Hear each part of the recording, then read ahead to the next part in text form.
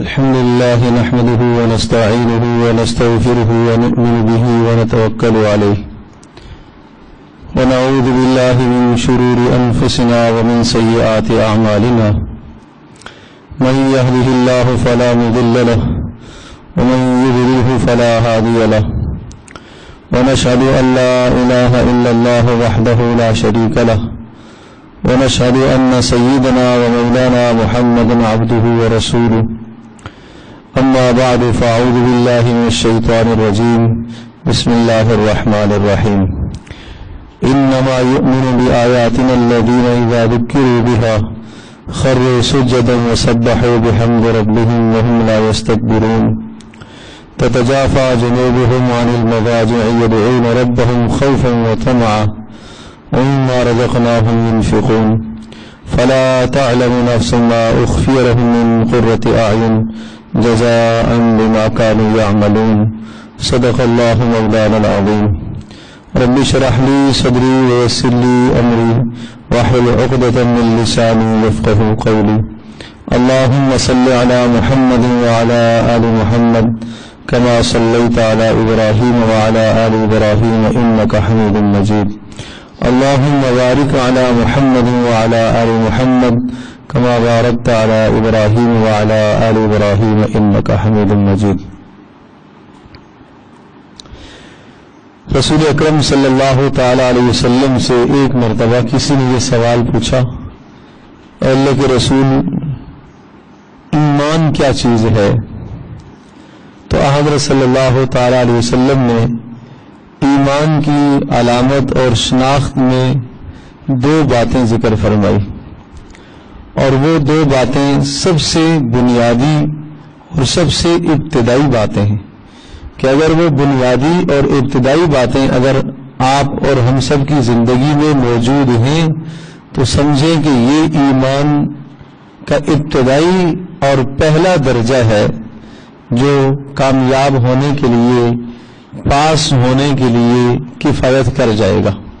بلند مقام، بڑے درجے اس پر نہیں ملیں گے، صرف خلاصی جہنم سے ہو جائے گی۔ حضرت صلی اللہ تعالی علیہ وسلم سے پوچھا گیا ایمان کیا ہے، تو آپ نے بہت آسان لفظوں میں دو جملے ارشاد فرمائے۔ آپ نے ارشاد فرمایا اذا سرت کا حسنۃ واساءت کا سیئۃ فانت مؤمن، کہ جب آپ کی نیکی آپ کو خوش کر ڈالے اور آپ کا گناہ آپ کو پریشان کر ڈالے فأنت مؤمن، تو آپ صاحب ایمان ہو۔ یہ بالکل ابتدائی بات ذکر فرمائی کہ جب آپ نیک کام کریں تو دل خوش ہو، یا اللہ تیرا شکر ہے مجھ سے یہ نیکی آپ نے، مجھے یہ نیکی کرنے کی آپ نے توفیق عطا فرمائی ہے۔ نماز، روزہ، اسی طرح سے تلاوت، اسی طرح سے ذکر، کسی مسلمان کے ساتھ بھلائی، کسی مسلمان کے ساتھ اچھائی کر کے کسی بھی قسم کی نیکی ہو، وہ نیکی کر کے آپ کا دل خوش ہو، یہ ایمان کی علامت ہے۔ دوسرا ارشاد فرمایا کہ جب آپ کو آپ کا گناہ پریشان کر ڈالے، گناہ کر کے آپ غمگین ہوں، خوف زدہ ہوں، ڈر رہے ہوں، اور اندر اندر سے افسوس ہو، شرمندگی ہو، ندامت ہو، قلق ہو، فجر کی نماز رہ جائے تو اٹھ کر افسوس ہو کیوں رہ گئی ہے، تہجد چھوٹ جائے، نیکی کے چھوٹنے پر افسوس ہو، گناہ کوئی صادر ہو جائے دل میں افسوس ہو، اور کوئی نافرمانی ہو جائے دل میں افسوس اور حسرت ہو کہ مجھ سے یہ گناہ کیوں صادر ہوا، مجھے ایسا نہیں کرنا چاہیے تھا۔ تو یہ اندر جو احساس ہے، گناہ کا احساس، نافرمانی کا احساس، یہ جب تک موجود ہے تو ارشاد فرمایا فأنت مؤمن، آپ صاحب ایمان ہو۔ تو اس میں دو باتیں ذکر فرمائی۔ اب میں اور آپ ہم سب کے سب یہ جائزہ لیں کہ کیا نیکی کر کے، نماز پڑھ کے خوشی ہوتی ہے، تلاوت کر کے خوشی ہوتی ہے؟ ایک آدمی مجھے یہ بتاؤ، کتنی عجیب بات ہے،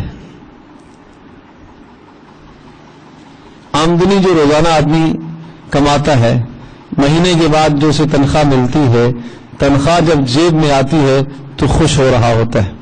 روزانہ کی کوئی آمدنی ہاتھ میں آتی ہے، منافع زیادہ حاصل ہوا تو خوش ہو رہا ہوتا ہے،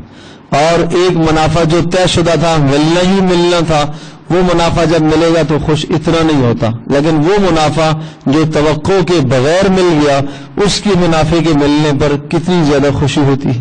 اس مال کے ملنے پر کتنی زیادہ خوشی ہوتی ہے۔ یہ انسان کی فطرت ہے، ہر انسان کو یہ خوشی ہوتی ہے۔ اسی طرح سے ایک ہے فرض نماز، فرض روزہ،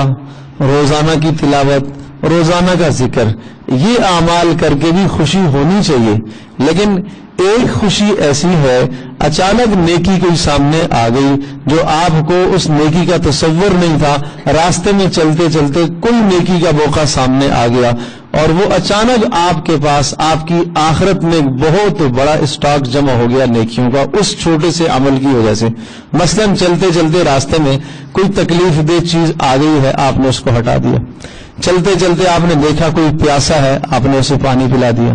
دیکھا کوئی روڈ کراس کر رہا ہے، نہیں کراس کر پا رہا، آپ نے اسے روڈ کراس کرا دیا، اور اس قسم کا کوئی بھی ایسا عمل آیا تو دل میں اس کام کے کرنے کے بعد آپ کو خوشی ہو اور ہونی چاہیے، تو یہ ایمان کی نشانی اور علامت بتائی۔ سوال یہ ہے کہ ہمیں تو خوشی نہیں ہے، بھائی جب نہیں ہے تو بتکلف اس چیز کو اپنے اندر پیدا کرنا ہے، محنت کر کے اس چیز کو اپنے اندر لانا ہے، اچھائی کو اپنے اندر پیدا کرنا ہے، خوبی کو اپنے اندر لانے کی کوشش کرنی ہے، نرمی کو اپنے اندر لانے کی کوشش کرنی ہے۔ انسان کے مزاج میں تو برائیاں ہی برائیاں ہیں، اور محنت کا ترک کر دینا، محنت کا چھوڑ دینا، خود برائیاں وجود میں آ جاتی ہیں، لیکن اچھائی قائم کرنے کے لیے کیا ہے؟ محنت کرنی پڑے گی۔ قرآن مجید میں ان اچھائیوں میں سے ایک اچھائی جو عرض کر رہا ہوں، نرمی سے پیش آنا، اخلاق سے پیش آنا، محبت سے پیش آنا۔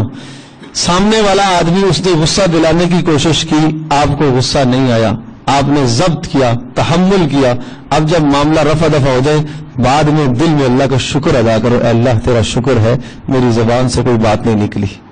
اے اللہ تیرا شکر ہے میرا ایمان، میری زبان سلامت رہی۔ اب یہ جو آپ کو خوشی ہو رہی ہے یہ آپ کے ایمان کو بڑھانے کا ذریعہ ہے،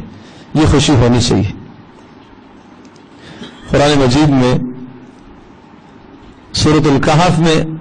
جہاں قرآن مجید کا نصف ہوتا ہے وَلْيَتَلَطَّفْ وَلَا يُشْعِرَنَّ بِكُمْ أَحَدًا،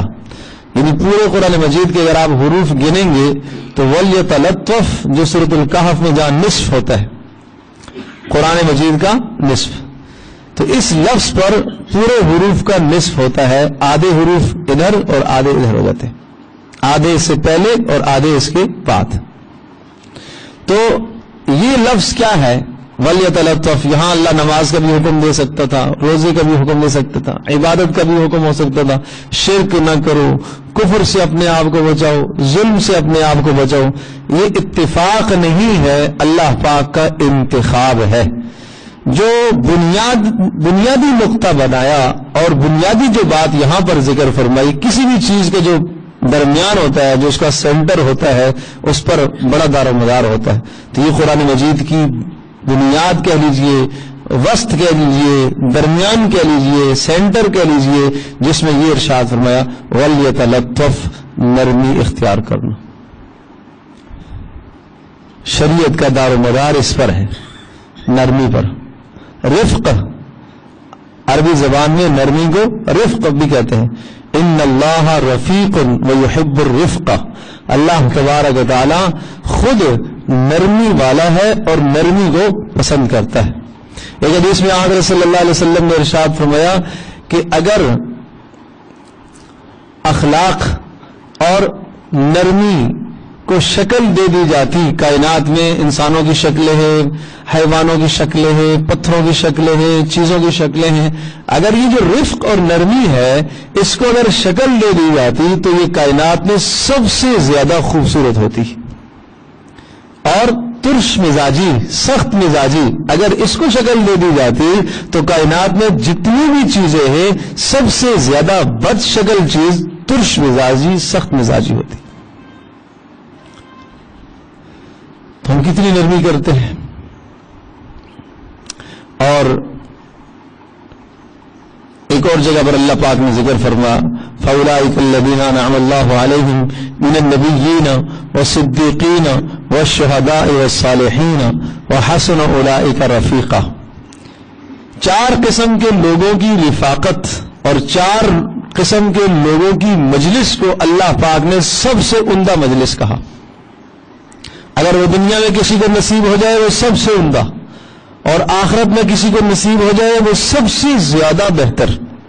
4 قسم کے لوگوں کی، نمبر 1 نبی، نمبر 2 صدیق، نمبر 3 شہید، اور نمبر 4 صالح نیک آدمی۔ نبی تو نہ رہا دنیا میں، تو اب نبی کی صحبت نہیں ہے، نبی کے اعمال اپنائیں گے، افعال اپنائیں گے، زندگی اپنائیں گے تو آخرت میں نبی کی صحبت ملے گی انشاءاللہ۔ اسی طرح سے صدیق جو نبوت کی سب سے پہلے تصدیق کرنے والا ہے بغیر کسی دلیل کے، شہید جو اللہ کے راستے میں جان دینے والا ہے، اپنے مال جان کو محض اللہ کی رضا کے لیے لوٹا دینے والا ہے، صالح جو نیک وکار انسان ہو۔ ان 4 قسم کی صحبت کو، ان 4 قسم کی صحبتوں کو، ان 4 قسم کے لوگوں کی مجلسوں کو اللہ پاک نے سب سے بہترین صحبت قرار دیا، دنیا میں بھی اور آخرت میں بھی۔ لیکن اگلا جو لفظ ہے وہ بڑا عجیب لفظ ذکر فرمایا، وَحَسُنَ أُولَٰئِكَ رَفِيقًا، ارشاد فرمایا ان 4 قسم کے لوگوں کی رفاقت سب سے بہترین ہے، ان 4 قسم کے لوگوں کی دوستی سب سے زیادہ بہترین ہے۔ یہاں اس دوستی کو، اس صحبت کو اور مجلس کو بتانے کے لیے اللہ پاک نے لفظ رفیق ذکر فرمایا۔ رفیق کا مطلب ہوتا ہے دوست،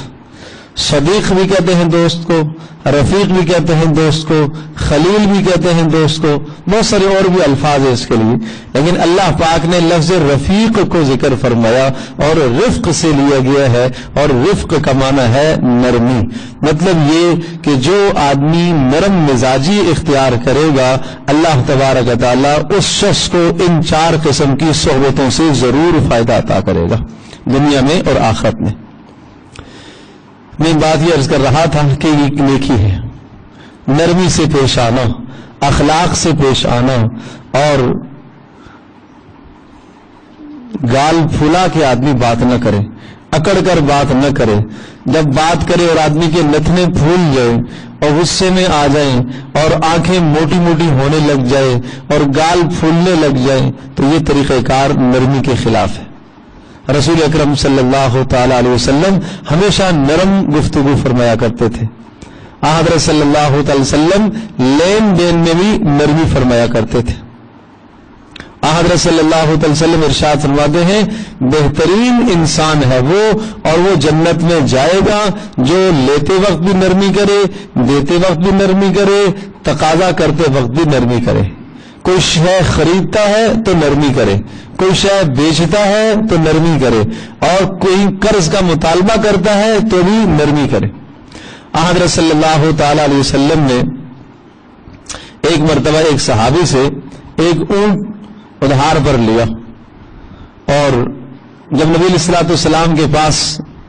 کوئی اونٹ ہدیے میں آئے تو آپ علیہ الصلوۃ والسلام نے حکم دیا کہ ان کو بدلے میں اونٹ دے دیا جائے جو میں نے قرض لیا تھا۔ چنانچہ رسول پاک صلی اللہ تعالی علیہ وسلم کو حضرت ابو رافع رضی اللہ تعالیٰ کہتے ہیں کہ وہ اونٹ میں سامنے لے کے آیا اور میں نے کہا اللہ کے رسول وہ جو اونٹ آپ نے قرضے پر لیا تھا وہ ایسا نہیں تھا، وہ ذرا کمزور قسم کا تھا، اور یہ جو آپ دے رہے ہیں یہ اس سے اچھا ہے۔ تو رسول پاک صلی اللہ علیہ وسلم نے اس پر یہ جملہ ارشاد فرمایا کہ اللہ پاک پسند کرتا ہے کہ ادائیگی میں آدمی اچھا بن کر ادا کرے، بہتر طریقے سے آدمی ادا کرے، تقاضا کرنے میں آدمی نرمی کرے۔ ایک حدیث پاک میں آتا ہے حضرت عثمان رضی اللہ تعالی عنہ انہیں کسی نے یہ روایت سنائی، سودا ہو گیا ایک باغ کا اور اس باغ کا سودا ہوا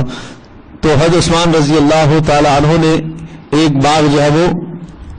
بیچا ہے۔ اب اس آدمی کو اس آدمی نے جو قیمت ایک باغ حضرت عثمان نے بیچا نہیں، حضرت عثمان نے خریدا، اس سے خریداری کرتے وقت قیمت طے ہوئی 4000 درہم قیمت طے ہوئی۔ اور یہ جب حدیث سامنے آئی کہ رسول اکرم صلی اللہ تعالی علیہ وسلم نے ارشاد فرمایا کہ اللہ پاک ایسے آدمی کو پسند کرتے ہیں جو لیتے وقت چیز کو یا دیتے وقت نرمی کرے، اچھا برتاؤ کرے، تو حضرت عثمان رضی اللہ تعالی نے اس حدیث کو سننے کے بعد 4000 کے بجائے 8000 دینار قیمت دی۔ بتاؤ اس کی کوئی مثال ہے؟ آج ہم دکانداروں کے پاس یا بازار میں کوئی بھی چیز خریدنے جاتے ہیں، خریدار کی ہمیشہ کوشش ہوتی ہے کہ مال کم سے کم پیسوں کا لے، قیمت لازمی کم کرانی ہی کرانی ہے۔ کبھی ایسا بھی آدمی کر لے جس طرح سے آدمی قیمت کم کراتا ہے، کبھی آدمی قیمت زیادہ کر کے دے دے۔ یہ رسول پاک صلی اللہ علیہ وسلم کا اسوہ حسن ہے۔ تو اب اندازہ کرو کہ 4000 پر بات طے ہوئی اور دے کتنے میں 8000، اور یہ 4000 اضافی رقم کس بنیاد پر دی کہ رسول اکرم صلی اللہ علیہ وسلم نے ارشاد فرمایا کہ اللہ پاک ایسے شخص کو پسند کرتا ہے اور اللہ پاک ایسے شخص کو جنت میں داخل کرے گا۔ اس بنیاد پر انہوں نے 4000 اضافی رقم دے دی۔ تو کتنے زندگی میں ایسے مواقع آتے ہیں کہ ہم اگر اس معاملے میں اچھا برتاؤ کریں، اچھا رویہ اختیار کریں تو اللہ تبارک و تعالیٰ ان چھوٹی چھوٹی معمولی نیکیوں سے ہمارے لیے جنت کا فیصلہ کر دے گا۔ اب میں اس آیت کی طرف آتا ہوں جو آیت شروع میں تلاوت کی۔ کوئی بھی حدیث ہمارے سامنے آ جائے، کوئی بھی اللہ پاک کا حکم ہمارے سامنے آ جائے تو ایماندار آدمی جس کا اللہ پر اور آخرت پر ایمان ہوتا ہے وہ کیا کرتا ہے؟ اللہ کے حکم کے سامنے اپنے آپ کو جھکا دیتا ہے۔ جیسا حضرت عثمان رضی اللہ تعالیٰ کے سامنے یہ بات آئی، حدیث آئی، تو انہوں نے اپنے آپ کو جھکا دیا، اپنے پیسے کی پرواہ نہیں کی۔ انہوں نے نبی علیہ السلام کے فرمان کی لاج رکھی، آپ علیہ السلام کے ارشاد کی لاج رکھی اور اس کی پرواہ انہوں نے نہیں کی۔ تو انما یؤمن بآیات الذین اذا ذکروا بها خروا سجدا وسبحوا بحمد ربهم، فرمایا ایماندار لوگ یہ ہیں، ان کی ایک نشانی یہ ہے کہ جب ان کے سامنے اللہ کی آیتیں آتی ہیں، جب انہیں نصیحت کی جاتی ہے، جب انہیں واعظ کیا جاتا ہے، جب انہیں سمجھایا جاتا ہے اللہ کی آیات کے ذریعے سے، قرآن کے ذریعے سے، حدیث کے ذریعے سے، تو کیا کرتے ہیں؟ خروا سجدا، اللہ کے حکموں کے سامنے اپنی گردن کو جھکا دیتے ہیں، تسلیم کر لیتے ہیں۔ اللہ اکبر۔ وسبحوا بحمد ربهم، اور اللہ تبارک و تعالیٰ کی تسبیح بیان کرتے ہیں، حمد و ثنا کرتے ہیں، اللہ کے حکم کو پورا کر کے اللہ کی حمد و ثنا کرتے ہیں۔ اللہ تیرا شکر ہے تو نے ہمیں اس عمل کے کرنے کی توفیق عطا فرمائی۔ یہ ایماندار ہونے کی نشانی بتائی۔ وسبحوا بحمد ربهم، محدثین مفسرین لکھا ہے کہ اس کے ذیل میں کہ آدمی یہ جملے کہے سبحان اللہ وبحمدہ، سبحان اللہ وبحمدہ، سبحان اللہ العظیم۔ نیکی آپ نے کر لی، اے اللہ تیرا شکر ہے، تو پاک ہے، میں گناہوں میں لت پت ہوں، سارے قصور میرے ہیں، اے اللہ ہر عیب میرے اندر ہے، تو تمام عیوب سے پاک ہے، اے اللہ ساری تعریفیں تیرے لیے، یہ نیک عمل کر کے میں نے کوئی بہت بڑی تعریفیں نہیں لی ہیں، اے اللہ ساری خوبیاں تیرے لیے ہیں، تو نے مجھے اس نیک عمل کے کرنے کی توفیق دی ہے۔ تو یہ ارشاد فرمایا خروا سجدا وسبحوا بحمد ربهم، اور تیسری نشانی ذکر فرمائی وهم لا يستكبرون، تکبر نہیں کرتے۔ ایماندار ہونے کی نشانی یہ ہے وہ تکبر نہیں کرتے، ان کے اندر عاجزی کوٹ کوٹ کر بھری ہوتی ہے، عجز اور انکساری اور جھک جانا یہ کوٹ کوٹ کے بھرا ہوا ہوتا ہے۔ اللہ کے حکم کے سامنے جھک جانا یہ بہت کوٹ کے بھرا ہوا ہے۔ حدیث پاک میں حضرت صلی اللہ علیہ وسلم نے ارشاد فرمایا، تکبر کی تعریف ذکر فرمائی، فرمایا بطر الحق وغمط الناس، آدمی حق کو چھپانے لگے اور لوگوں کو حقیر جاننے لگے، یہ تکبر کی نشانی ہے۔ آدمی حق کو چھپانے لگے اور لوگوں کو حقیر جاننے لگے۔ کسی نے نصیحت کی ہے اور وہ نصیحت کرنے والا عمر میں ہم سے چھوٹا ہے، مقام میں چھوٹا ہے، مرتبے میں چھوٹا ہے، بات حق کہہ رہا ہے، اگر اس کی بات اچھی نہیں لگی تو یہ تکبر کی نشانی ہے، یہ تکبر کی علامت ہے۔ اس میں آدمی کبھی بھی تأمل نہ کرے، اپنے آپ سے تھوڑا سا ایک لمحے کے لیے آدمی پوچھے کہ جب بات ٹھیک کہہ رہے ہیں، ہاں بات ٹھیک ہے، جب بات ٹھیک ہے تو پھر آدمی کو اس کی بات کے سامنے جھک جانا چاہیے، اور اگر اس وقت غصہ آ گیا، غضب آ گیا، اندر سے انتقامی کارروائی کے جذبات ابھرنے لگے تو یہ تکبر کی نشانی ہے، اس سے بچا کرو۔ وَهُمْ لَا يَسْتَكْبِرُونَ، تو فرمایا تیسری خوبی یہ ہے کہ وہ تکبر نہیں کیا کرتے، اللہ کے حکموں کے سامنے اکڑا نہیں کرتے، جھک جایا کرتے، تواضع اختیار کرتے ہیں۔ اور جس کے دل میں رائی کے دانے کے برابر بھی تکبر ہوگا، حضرت صلی اللہ علیہ وسلم نے ارشاد فرمایا وہ جنت میں نہیں جائے گا۔ اور چوتھی خوبی یہ ذکر فرمائی، تتجافى جنوبهم عن المضاجع يدعون ربهم خوفا وطمعا ومما رزقناهم ينفقون، کہ رات کو ان کے پہلو بستروں سے جدا رہتے ہیں، کچھ وقت کے لیے وہ اللہ کے سامنے آ کے کھڑے ہوتے ہیں، کچھ وقت کے لیے اپنی نیند کو قربان کرتے ہیں، کچھ وقت کے لیے اپنے آرام کو، اپنی لذتوں کو قربان کرتے ہیں، اللہ تبارک و تعالیٰ کو راضی کرنے کے لیے کچھ وقت کے لیے اپنی لذتوں کو قربان کرو۔ حضرت صلی اللہ علیہ وسلم کو حکم ہے فَإِذَا فَرَغْتَ فَانْصَبْ وَإِلَىٰ رَبِّكَ فَارْغَب، جب اپنے معاملات سے آپ فارغ ہو جائیں، فَانْصَبْ، آپ سیدھے اپنے رب کے سامنے کھڑے ہو جائیں، آپ اپنے رب کی طرف رغبت رکھنے کی کوشش فرمائیں۔ تو رات سونے سے پہلے آدمی تھوڑا سا یہ عمل بھی کر لے تاکہ اس آیت کا مصداق جو ایمانداروں کی نشانی بتائی ہے، تاکہ وہ نشانی ہمارے اندر بھی پیدا ہو جائے۔ کیا کہ رات کو کچھ وقت آدمی اللہ کے سامنے آئے۔ اور یہ جو رات کا وقت اور یہ تنہائی کا وقت ہے، یہ یاد رکھو، تنہائی کے گناہ مہلکات ہیں اور تنہائی کی نیکیاں منجیات ہیں۔ تنہائی کے گناہ مہلکات ہیں، ہلاکت میں ڈال دیتے ہیں، اور تنہائی کی نیکیاں منجیات ہیں، یہ نجات دلاتی ہیں۔ تنہائی کے گناہ مہلکات کیسے ہیں؟ جب انسان تنہائی میں گناہ کرتا ہے، چھپ چھپ کے گناہ کرتا ہے، تو اللہ تبارک و تعالی لوگوں کے دلوں میں اس کی نفرت کو ڈالتا ہے۔ اللہ پاک لوگوں کے دلوں میں اس کی نفرت کو ڈال دیتا ہے، لوگ اس سے نفرت کرنے لگتے ہیں،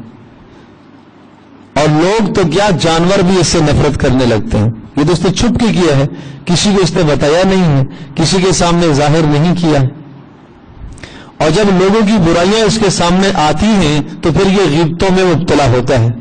پھر یہ انتقامی کارروائی میں مبتلا ہوتا ہے، پھر اسے غصہ آتا ہے، پھر اس غصے کے نتیجے میں آدمی ہلاکت اور بربادی کی طرف جاتا ہے۔ اس لیے تنہائی کے گناہوں کو مہلکات کہا گیا اور تنہائی کی نیکیوں کو منجیات کہا گیا۔ تنہائی کی جو نیکیاں ہوتی ہیں وہ انسان کو نجات دلاتی ہیں، اس لیے کہ ان نیکیوں میں ریاکاری نہیں ہے، ان نیکیوں میں تکبر نہیں ہوتا، وہ صرف اللہ کی رضا کے لیے کی ہوئی۔ تو رات کی کچھ نیکیاں ایسی ہمارے پاس ہوں جو تنہائی میں اللہ کے سامنے ہم نے کی ہوں، ہم ہوں اور ہمارا اللہ ہو، کوئی دوسرا آدمی نہ ہو۔ امام غزالی رحمۃ اللہ علیہ کے متعلق آتا ہے، ان سے پوچھا گیا، انتقال جب ہوا تو کسی نے خواب میں دیکھا تو پوچھا گیا کہ آپ کے اوپر کیا گزری ہے، اللہ پاک نے آپ کے ساتھ کیا معاملہ فرمایا ہے؟ تو ارشاد فرمایا، باقی پڑھنا پڑھانا علم پھیلانا بڑے بڑے جو کام کیے تھے وہ تو سب کے سب اکارت ہو گئے، وہ تو سب کے سب ضائع ہو گئے، البتہ جو نجات ملی ہے وہ رات کی تنہائی میں جو 2 رکعت پڑھا کرتا تھا اس سے نجات مل گئی، نجات کا سبب یہ بن گیا، رات کی تنہائی میں پڑھی ہوئی 2 رکعتیں۔ تو اس لیے ارشاد فرمایا تتجافى جنوبهم عن المضاجع، جدا رہتے ہیں، الگ رہتے ہیں ان کے پہلو رات کو خوابگاہوں سے، آرام گاہوں سے، بستروں سے ان کے پہلو جدا رہتے ہیں۔ اور 5ویں خوبی ذکر فرمائی وَمِمَّا رَزَقْنَاهُمْ يُنْفِقُونَ، فرمایا جو کچھ اللہ پاک نے ان کو دیا ہے اس میں سے کچھ نہ کچھ خرچ کرتے ہیں،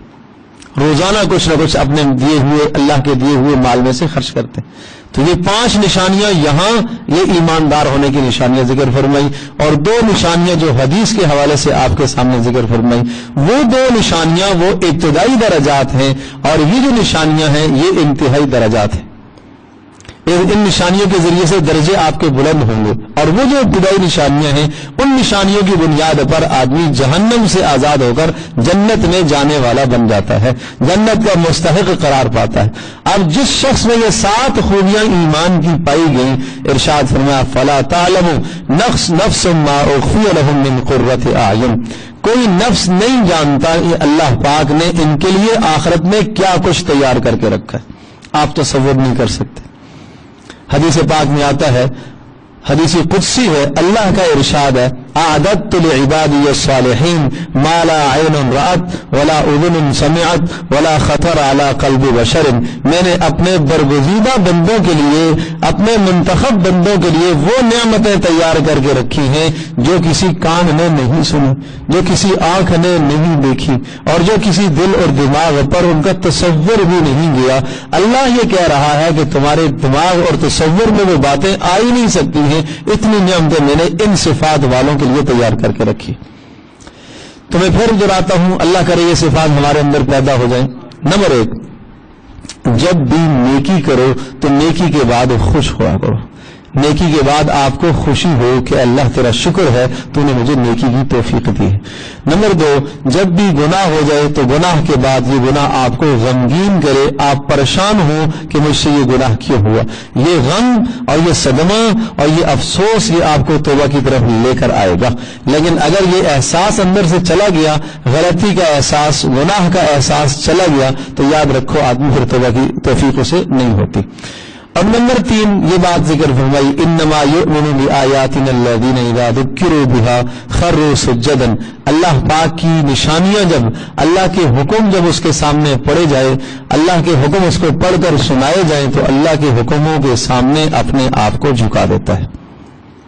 اپنے آپ کو جھکا دیتا ہے۔ حدیث کے سامنے جھک جاؤ، اللہ کے حکم کے سامنے جھک جاؤ۔ حضرت عمر رضی اللہ عنہ کے متعلق آتا ہے،